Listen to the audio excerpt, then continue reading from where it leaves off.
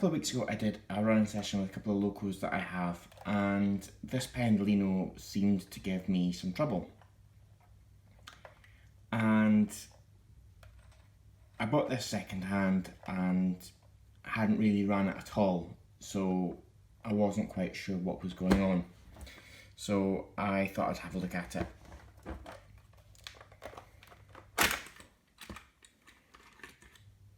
So the Pendolino comes apart quite easily. As you can see, it's got DCC fitted, and there's not much to it at all. So we'll pop the cover out the way and we'll take out this DCC chip. So the first thing that I need to do is to check the motor and see if there's something going on with the motor which is stopping it from working. So take out the screws here.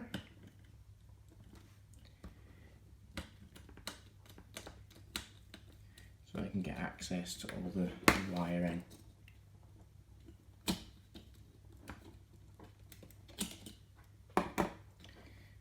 So as you can see, the weights on this are just some plates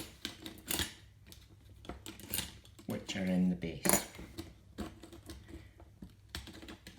And that gives me access to all of the wiring. So as you can see there, they're all soldered on. And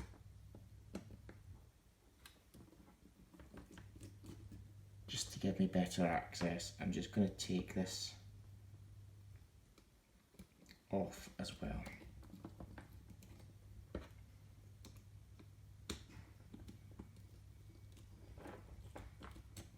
Just so I don't stretch any of the wiring and cause any more damage. I'm just going to have that loose. And now I need to take the motor off. The motor's held on and it's all held in this enclosure by this clip. So to do that, I need my needle nose pliers.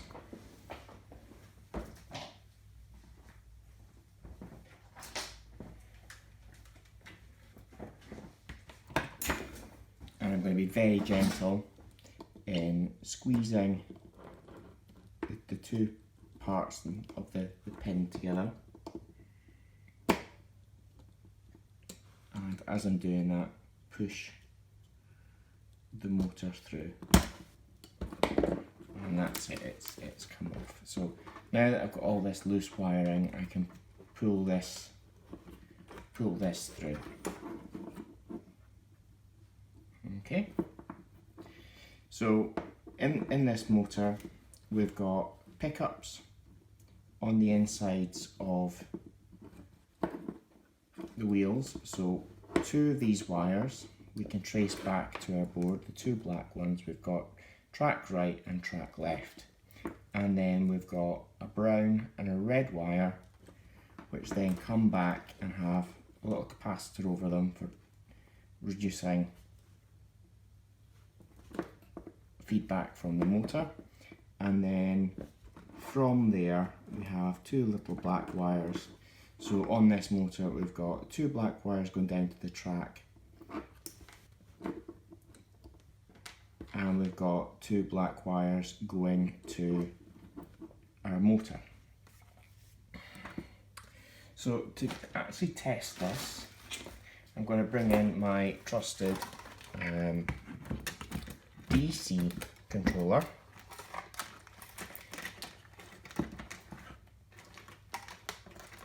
And my DC controller has been modified slightly with some jumper wires held on using chocolate block style connectors, which I've borrowed from under my layout. And what I'm going to do is I'm going to switch on my DC controller with no real power going to the track, but in DC mode there's always a little bit of power, and what I'm going to do is I'm actually going to apply power directly to the motor. And as you can hear, the motor instantly starts. Now the motor is actually crawling at that speed. So I'll just get back on.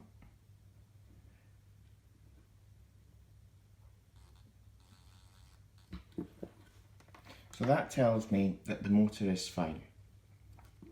Now I have already done this test and I ran the motor with DC running directly on it for 20 minutes in both directions, just to make sure that the motor hadn't seized up and that there was no other issues with the motor. There was a couple of times where it did dip out, so I have applied some oil to this motor and serviced it to make sure that it is working fine. So the next thing to do is to actually check if the chip is okay. Now this is, as it is, a DC ready train, and you can fit a DC-C controller. And what I've done is I've looked up the pinouts and I know that these three and these three are left and right and they're all joined together. So if I put my jumper in, now these jumper pins are exactly the same pitch as the DC-C jumpers. So I can put these in, and now, as you can see, the motor is now turning, and I can turn that up.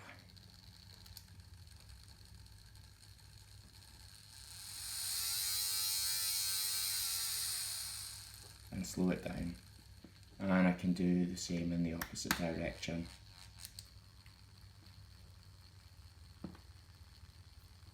So from that, it looks like that the issue has been with my DCC chip that was on board.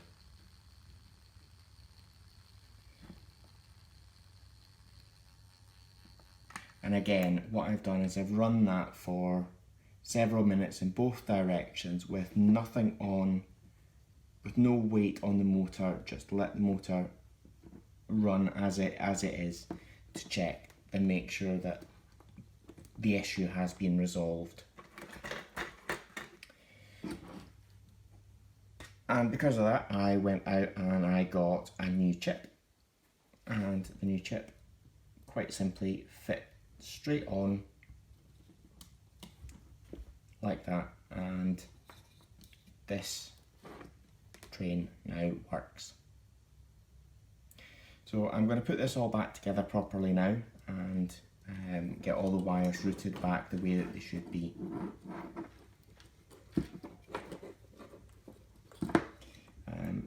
Just to be careful with the wiring going into that capacitor, and get all the wiring through, and again gently pushing it back in.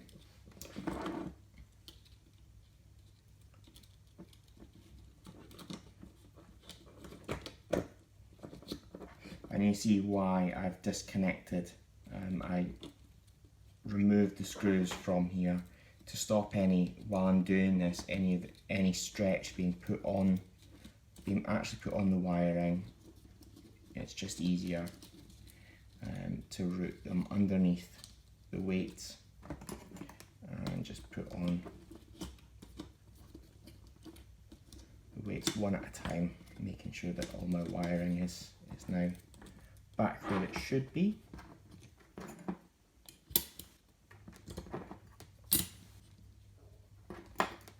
Just do that and get my two big screws back in.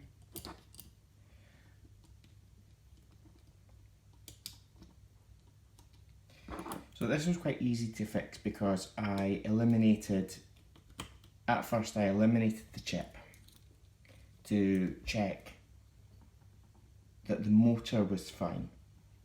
I then traced the wires, looked at the wires, made sure that there was no damage on any of the wires, made sure that the vibration of a running train hasn't caused any damage to the wiring, and that also eliminated that this capacitor was the issue.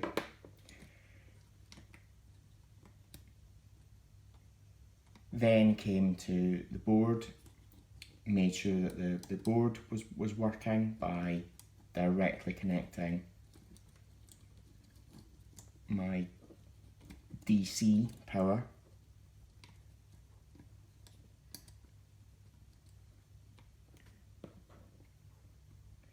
and once I had realised that DC worked,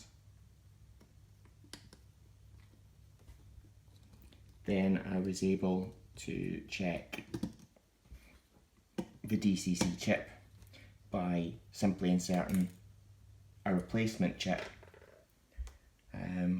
which could have come from any other locomotive that supports the same style of chip, just while you tested, and that got this one working. And since fitting the chip, I've had it running round the layout, test layout that you've seen, making sure that the motor is of course running again now that it's been serviced, and is fully oiled up. And there we go, that is our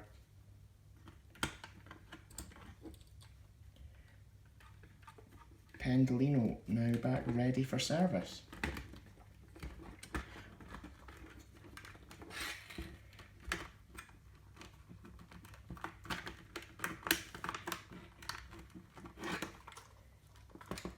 Just make sure that I get all my clips in.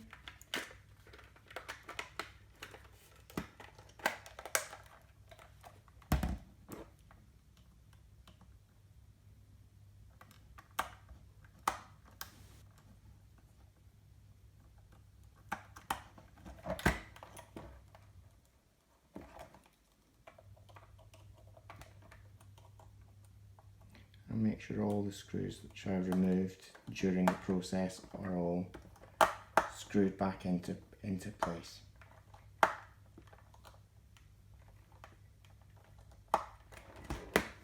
Now, as you can see, I had my original decoder labelled on the bottom. That's now no longer the address for this one. The address is now currently the standard address 3. As it's a new chip, and we'll get this running around the layout.